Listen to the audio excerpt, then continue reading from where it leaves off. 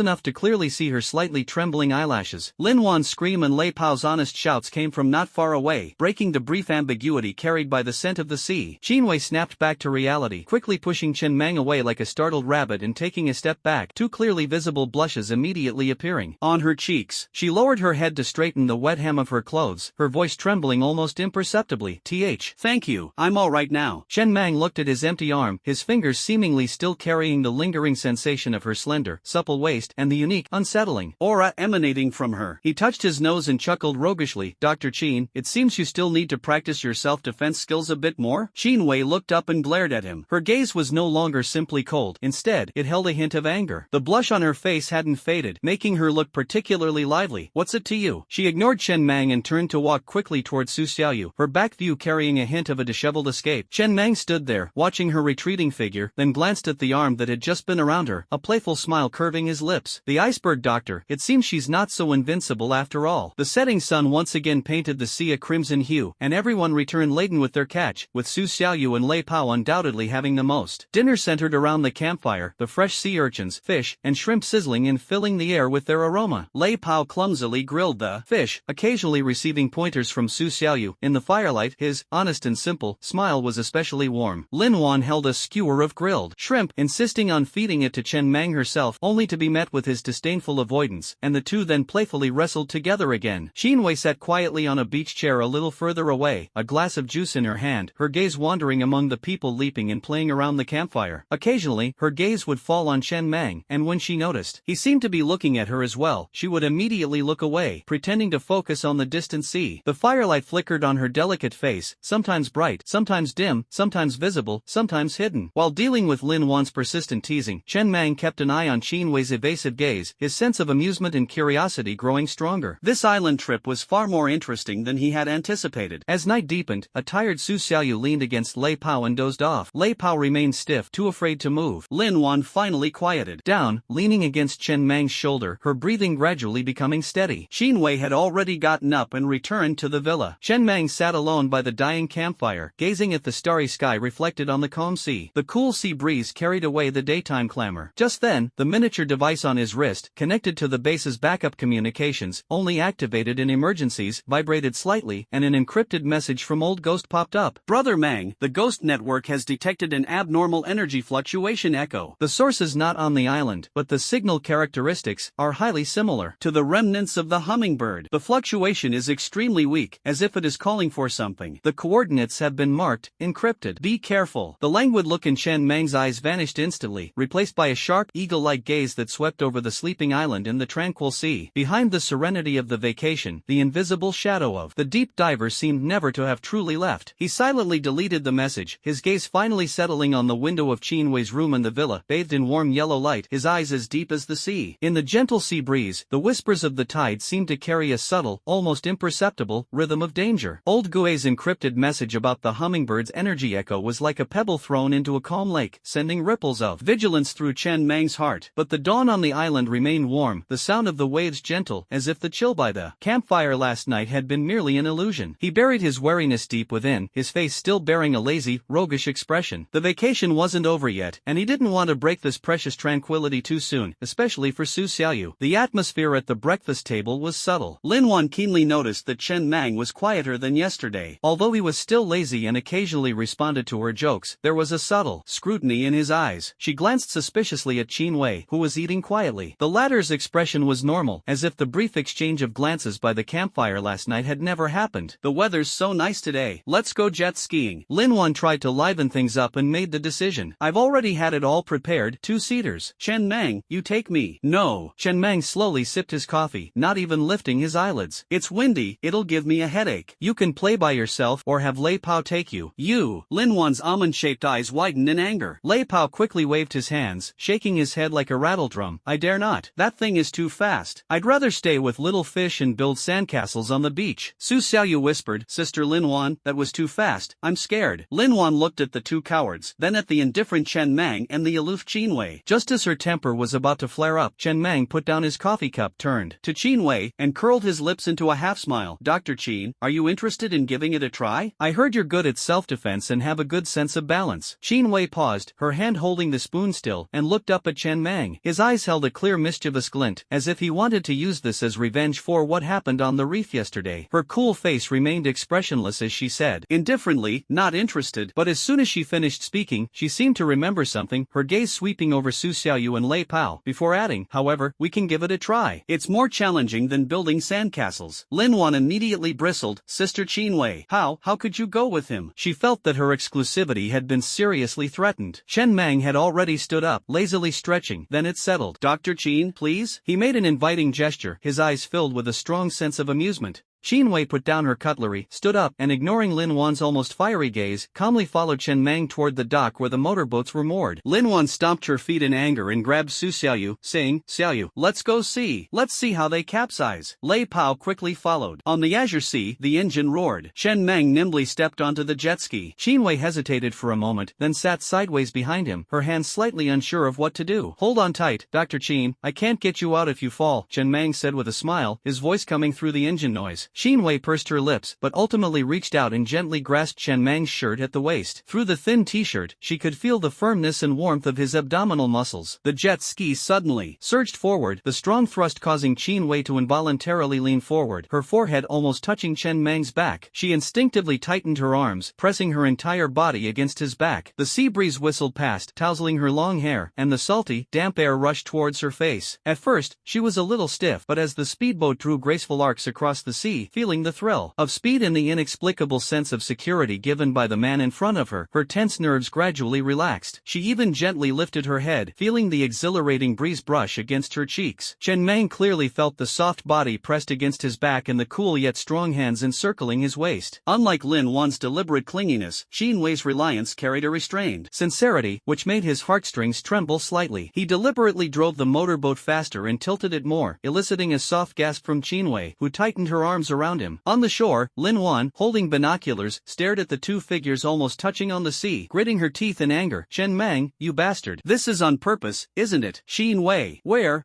are your hands? Su Xiaoyu watched excitedly. Wow, Sister Qin Wei is so brave. Brother Chen Meng is driving so fast. Lei Pao nodded sheepishly. Brother Meng's skills are indeed quite good. After a few laps, Chen Meng slowed the speedboat down, and it glided slowly across the sea. The engine noise became low and deep, with only the gentle lapping of the waves remaining. The sunlight shone warmly on the two of them. How are you feeling? Chen Meng asked, tilting his head slightly. It's all right. Qin Wei's voice was muffled by the sea breeze, but it sounded peaceful after relaxation. She loosened her arms from her embrace and instead held onto the handle of the back seat, shifting her body slightly back to create some distance. But the warmth of their earlier closeness still lingered. Chen Meng smiled and stopped teasing her. A strange, sea-breezy tranquility settled between them, a peace even more reassuring than the commotion on the shore. Just then, the communicator on Chen Meng's wrist vibrated slightly again. This time it wasn't a message from Lao Gui, but an urgent encrypted communication request from Huagang, delivered at an extremely high frequency. Chen Meng's eyes sharpened instantly, and he immediately answered the call. Brother Meng, something's happened at the base. Huagang's voice was urgent and grave. Just 10 minutes ago, Old Ghost's ghost network system was attacked by a fierce, targeted information stream from an unknown source. The attackers are highly skilled, disguising themselves as deep ones with energy signatures, but their attack patterns are more like those of top-tier hackers like Grey Fox. The targets are very clear. The Hummingbird data image we intercepted in the Seraph wreckage energy map that Elder One is analyzing. Chen Meng's heart sank. Was this a diversionary tactic? The deep ones were using the Hummingbird echo to distract him, but their real target was the base's lair. Where's Beige? Can she hold on? Chen Meng's voice was cold as the motorboat's engine quietly increased its power, and it began to turn around and head back. White Dove is putting up a fierce resistance, but the enemy's offensive is overwhelming, and they seem to have an inside man. There's an abnormal network jump in the base's internal network, and the backup server has been locked by an unknown program. Old Ghost suspects this might be a backdoor left by the technician who took Grey Fox away with the Dragon Group. The Dragon Group's interrogation might not have been thorough enough. Huagang's voice was full of anger and worry. Worse still, what about Elder Wen? The impact triggered the ward alarm, and he suffered a heart attack due to the shock. Dr. Qin isn't here. We're going back immediately, Chen Meng said decisively, shouting into the communicator. Huagang, activate the highest level of physical defense. Cut off all non-essential external connections to the base. If necessary, allow a hard power outage. Protect Elder One and Baigu. Wait for me to return. After cutting off the communication, Chen Meng suddenly twisted the throttle to the floor. The motorboat cleaved through the waves like an arrow and sped towards the shore. The intense acceleration made Qin Wei hug his waist tightly again. What's wrong? Qin Wei asked loudly from behind him, keenly catching his sudden outburst of anger and the tension in his muscles. A rat has gotten into the house. Chen Meng's voice was as cold as iron. Hold on tight. Lin Wan and the others on the shore also noticed the abnormality of the motorboat. Its crazy speed and angle were definitely not for leisure. The jealousy on Lin Wan's face was instantly replaced by worry. The motorboat splashed up a huge spray of water as it surged onto the shallows. Chen Meng jumped off before it had even come to a complete stop, reaching out to help Qin Wei off the boat. His face was grim, his gaze sharp as a knife as he swept over Lin Wan, Su Xiaoyu, and Lei Pao who had gathered around. Pack your things. Prepare to return immediately. His voice was decisive and left no room for argument, carrying the resolve of a battlefield commander. What happened? Lin Wan asked anxiously. The base was hacked, and the target was our critical data. Elder One was terrified, Chen Mang said succinctly, striding towards the villa and quickly issuing orders. Lei Pao, be responsible for Xiaoyu's safety. Lin Wan, contact the plane and prepare it as quickly as possible. Xin Wei, Elder One needs you. The sudden turn of events left everyone stunned. The relaxed atmosphere of the vacation vanished instantly, replaced by tension and anxiety. Su Xiaoyu, pale-faced, gripped Lei Pao's hand tightly. Lin Wan immediately pulled out her satellite phone to make contact. Xin Wei rushed back to her room, grabbed her first aid kit, and her expression grave. 10 minutes later, the private jet took off and sped towards Jiangcheng. The atmosphere inside the cabin was heavy. Lin Wan was on the phone, using the Lin family's resources to investigate the details of the attack. Xin Wei closed her eyes to rest, her fingers unconsciously stroking the handle of the first aid kit, her heart filled with worry for Wen Yuan. Su Xiaoyu leaned against Lei Pao, her eyes filled with fear. Lei Pao sat upright like a loyal guard, vigilantly watching his surroundings. Chen Mang sat by the porthole, his gaze deep and cold, fixed on the azure sea rushing past below. The Deep Ones, or rather, Prometheus Industries, which colluded with the Deep Ones, were indeed treacherous. They used the residual signal from the hummingbird as bait to distract him, their true killing move aimed directly at the core data of the rock and the intelligent brain, Wen Yuan. This fate was brilliant. He recalled the word call in Old Ghost's message. It might not be directed at the island, but rather at the hummingbird data stored at the base. The other party might be attempting remote activation or location. His fingers unconsciously tapped the armrest. This attack exposed the weaknesses in Rock's top-tier information defenses and revealed the loopholes in the handover with the Dragon Group, the backdoor of the Grey Fox technician. More importantly, the attackers chose to strike when Rock's core combat force, he and Lei Pao, was out, and Xin Wei was not at the base. The timing was impeccable. This showed that they had an intimate understanding of Rock's internal situation and even personnel movements. An inside man, or a more sophisticated infiltration? Chen Mang's gaze swept over everyone in the cabin. Lin Wan's anxiety was genuine, Xin Wei's worry was heartfelt, and Lei Pao and Xiaoyu's tension was self-evident. So where did the problem lie? The personnel left behind at the base? Or had the Dragon Group leaked the information? A chill ran down my spine. The craggy, newly emerging rock gleamed in the sunlight, but it also attracted more venomous snakes lurking in the shadows, their tongues flicking as they waited for the most vulnerable crevice. The plane pierced through the clouds, and the outline of Jiangcheng gradually came into view below. Chen Mang closed his eyes, suppressing all his fatigue and distracting thoughts. The holiday was over, now it was time for reckoning. He wanted to see just who these fools were, daring to challenge his rock-solid position. When he opened his eyes again, all that remained was a chilling killing intent and an unwavering resolve. The sudden sound of the strings had already heralded the prelude to his counterattack. The private jet tore through the gloomy sky of Jiangcheng, landing on the exclusive helipad of the Panshur base like a roosting eagle, exuding a chilling killing intent. Before the cabin door was even fully open, Chen Mang had already darted out like a cheetah, followed closely by Xin Wei with a solemn expression, Lei Pao protecting Su Xiaoyu, and Lin Wan with an anxious look on her face. Inside the base, the atmosphere was heavy, as if frozen in time. The piercing alarms had ceased, but a strong, acrid smell lingered in the air, the stench of servers burning during the forced power outage, along with a silent, chilling atmosphere. In the corridor, the remaining Sharp Blade team members, fully armed, their eyes sharp as blades, immediately straightened their backs upon seeing Chen Mang's return, offering a silent salute in unison. Brother Mang. Hua Gang rushed forward, his face showing exhaustion and a lingering anger. The attack stopped 15 minutes ago. The enemy withdrew cleanly and decisively. What's the extent of the damage? Chen Mang asked, his voice chillingly cold as he continued walking. White Dove and Old Ghost are still conducting an emergency assessment. Hua Gang spoke rapidly. The enemy's main target is the core database. White Dove desperately intercepted it, activating a multi-layered encryption self-destruct program. Unfortunately, the attack was too intense, and some peripheral data was still brute-forced and stolen. Mainly, some original waveform fragments from the Hummingbird recorder, as well as the preliminary analysis report on the energy dissipation characteristics of the Seraphim, compiled by Elder One. However, the core law fragment reverse data and star map correlation model were preserved thanks to physical isolation and a final hard power cut. A chilling glint suddenly flashed in Chen Mang's eyes. Hummingbird data, Seraph's remains analysis. This was precisely the crucial data that Prometheus Industries had been dreaming of. Although it was only fragments and a preliminary report, if it fell into enemy hands, combined with their technology, the consequences would be unimaginable. How is Elder One? Xin Wei asked anxiously, bypassing Chen Mang. He's been admitted to the intensive care unit. The bright light and noise when the alarm was triggered severely startled him, causing cardiogenic shock. Hua, Gang's face was grave. The base's medical robots performed emergency treatment, but his condition remains unstable. We've been waiting for you, Dr. Chin. Without hesitation, Qinwei grabbed her medical kit and, guided by Hua Gang, rushed towards the medical area. Chen Mang's heart sank to the bottom. Wen Yuan was the strategist of the Rock Foundation, the key to unlocking the secrets of the Deep Ones, and protecting Su Xiaoyu. He suppressed his raging anger and continued to press. Where did the attack come from? Was there an inside agent? White Dove traced the attack's springboard to an illegal data relay station on the high seas. The source couldn't be pinpointed, but the methods and residual code were highly consistent with Grey Fox's style, even more sophisticated than the technician we captured. Hua Gang gritted his teeth. As for the inside man, Old Ghost detected a weak, abnormal signal from the internal network while White Dove was defending, originating from a backup power control node in the logistics support area. Only maintenance worker Wang Hai had access there. When we apprehended him, he was attempting to destroy a miniature signal repeater disguised as a circuit board. Wang Hai? That honest, reliable repairman with decent skills? Where is he now? Chen Mang's voice was as cold as the wind from the deepest hell. Locked in solitary confinement. His mouth is tightly shut. He won't say a word. Lead the way. Chen Meng turned and strode away. Lin Wan wanted to follow, but he stopped her with a look. Take Xiaoyu to rest, and let Qinwei focus on treating Elder One. The cold alloy door of the solitary confinement cell slid open slowly. Wang Hai was handcuffed to a chair, his face covered in bruises. Clearly he had been attacked by angry team members, his eyes darting around, revealing fear and a hint of stubbornness. Chen Mang walked up to him, looking down at him with an unyielding and powerful mental pressure, mixed with a tangible killing intent, crashing down like a mountain. His SSS-level taunting ability did not throw Wang Hai into chaos, but instead solidified into the purest, soul-shaking fear. Wang Hai felt as if he had fallen into an ice cave. His whole body trembled violently, and his teeth chattered, as if a horrific scene of mountains of corpses and seas of blood was appearing before his eyes. He was just an ordinary person who had been bought off with money. How could he withstand such a crushing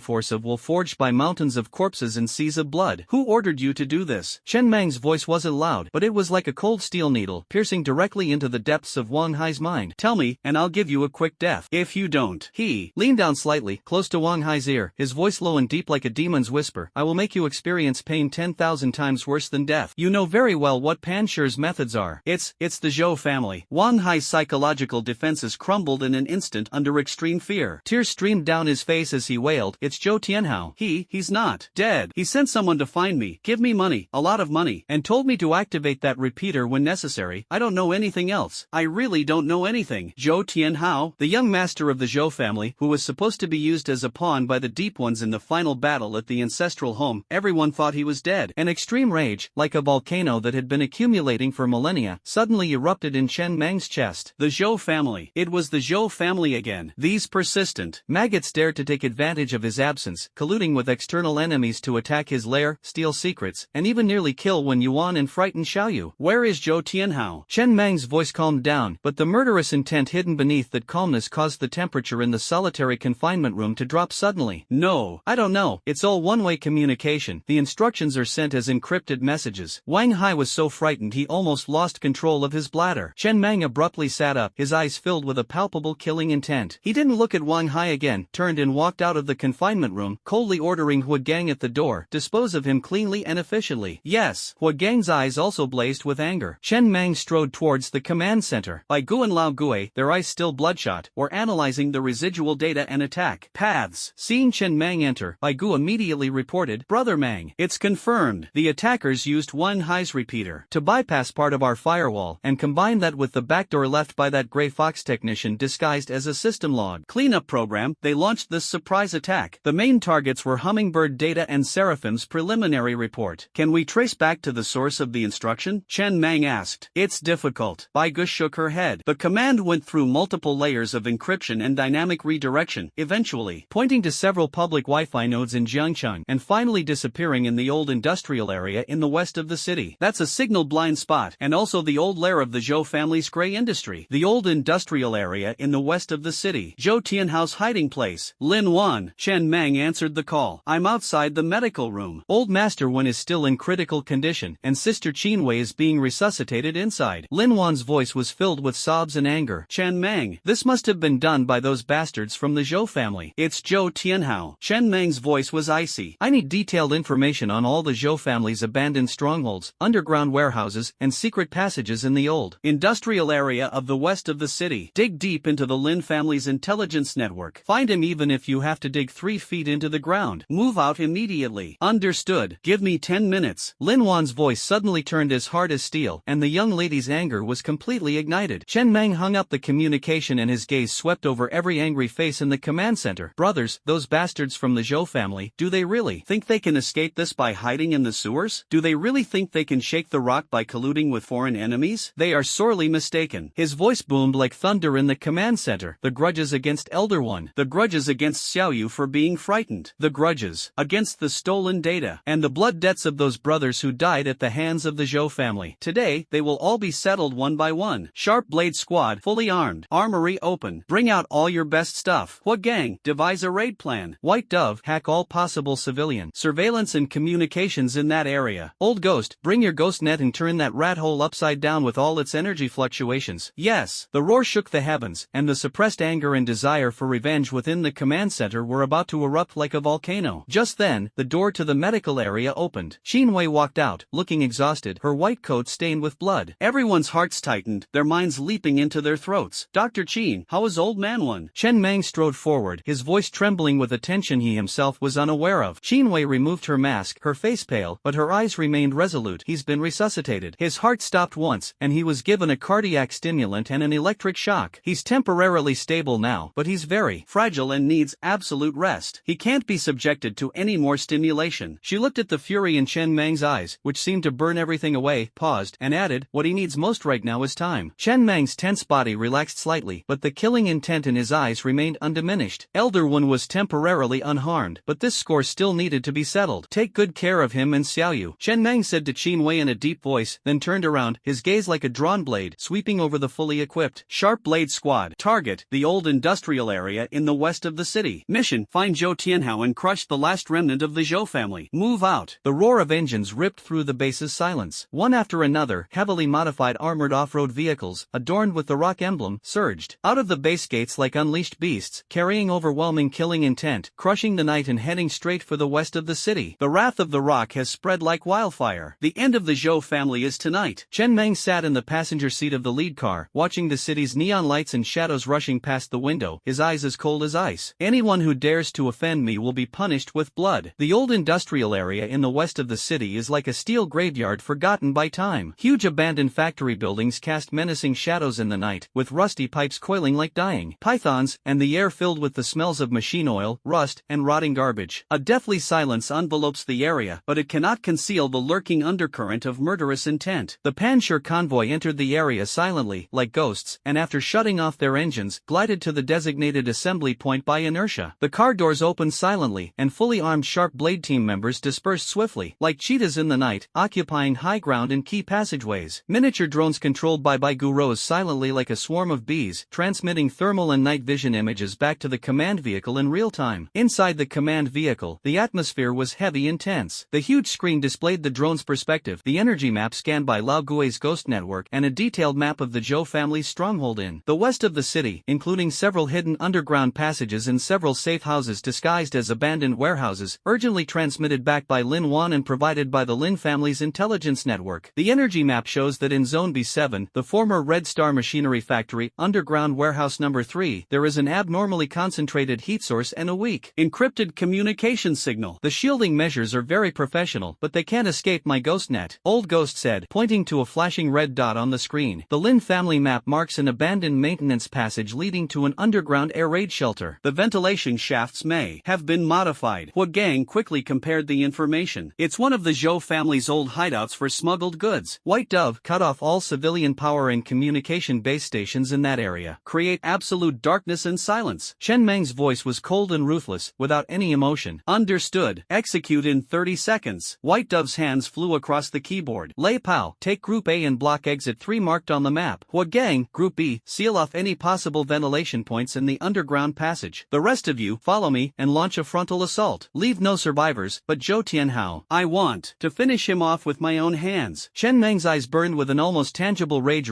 at Wen Yuan's life hanging by a thread, heartache at Su Xiaoyu's fright, fury at the stolen data, and utter hatred for the Zhou family, those leeches. As soon as the order was given, the rock's sharp blade tightened instantly. 30 seconds later, all lights within a kilometer radius of the target warehouse went out instantly. Cell phone telephone signals were completely cut off. The entire area was plunged into deathly darkness, with only the green fluorescent world seen through night vision goggles and the cold images transmitted by drones. Chen Mang charged ahead like a black lightning bolt tearing through the night, heading towards the massive, crouching, abandoned factory. Several elite team members followed closely behind. Using discarded machine tools and containers as cover, they advanced silently and swiftly. The factory door was silently blasted open by old Gui's specially made breaching bomb. Before the smoke had even cleared, Chen Mang had already slipped inside. The factory interior was empty and dilapidated, with oil stains and waste scattered everywhere. However, the heavy metal door leading to the underground had clearly been reinforced, and the electronic lock still gleamed faintly. C4, Chen Mang shouted in a low voice. A team member quickly stepped forward and installed the explosives. A dull thud rang out, the metal door was twisted and deformed, and smoke and dust filled the air. Charge! Chen Mang was the first to rush into the billowing dust. His night vision goggles revealed a downward-facing concrete staircase, covered in dust and cobwebs. At the top of the stairs, he could faintly hear panicked shouts and the sound of gunbolts being pulled back. Bullets swept up from below the stairs like a deluge, hitting the concrete steps and sending sparks flying. Suppress! Chen Mang quickly dodged into the corner, and his teammates immediately returned fire with precise shots, suppressing the firepower below. Zhou Tianhao, come out and face your death. Chen Mang's voice was like a chilling wind, rolling down the steps with a chilling killing intent. After a brief silence below, a hysterical voice, filled with fear and madness, rang out, Chen Mang, it's you? Ha ha ha, you won't find me. You'll never find me. Your data, I've got it. The great men of Prometheus will reward me. I will rise again. I will make you. Ah! A short, painful scream interrupted his arrogance, as if someone had covered his mouth. Chen Mang's eyes suddenly sharpened, and without hesitation, he pounced down the hillside like a tiger. His specially made silenced pistol fired rapidly, accurately headshotting two Zhou family assassins who tried to peek out to stop him. His teammates behind him, like tigers released from their cages, swiftly cleared the guards below the steps. Before them lay a massive underground warehouse, converted into a temporary stronghold, crammed with all sorts of supplies and weapon crates. 7 or 8 of Zhou's last remaining loyalists, taking cover, opened fire wildly, but were swiftly wiped out like chickens and dogs by the tactical coordination and precise firepower of the elite Panzer troops. Deep within the warehouse, in a sealed room separated by bulletproof glass, Zhou Tianhao's figure appeared in the dim emergency light. He was even more emaciated than a few months ago, his eyes sunken, his hair disheveled, and his face etched with a morbid excitement and extreme fear. Beside him stood only a tall bodyguard, clad in exoskeleton armor and wielding a heavy rotary machine gun, like an iron barrier blocking his path. Chen Mang, don't come any closer. Zhou Tianhao cowered behind his bodyguard, waving a data storage disk in his hand, his expression almost crazed. What you want is right here with me. Let me go. Otherwise, I'll destroy it. With his other hand, he pressed a red button, which connected to several explosive charges in the corner of the room. Chen Mang stopped, his cold gaze fixed on the bulletproof glass as if he were looking at a dead man. He raised his hand, signaling his team to cease fire. Zhou Tianhao, Chen Mang's voice was calm enough to send chills down your spine, yet it carried a chilling coldness that could freeze your soul. Do you think that piece of junk you have can save your life? Junk? This is what Lord Prometheus wants. Something that will condemn you to eternal damnation. Zhou Tianhao screamed, spitting everywhere. Let me go. Get me a plane and money. Otherwise I'll press the button. We'll all die together. A mocking smile appeared on Chen Mang's lips, his eyes looking at a bug struggling in vain in a trap. You think Prometheus cares about the life or death of a stray dog like you? You think the little data you have can threaten our rock? He slowly raised his left hand, and a miniature device on his wrist lit up with blue light. White Dove, activate the data annihilation program.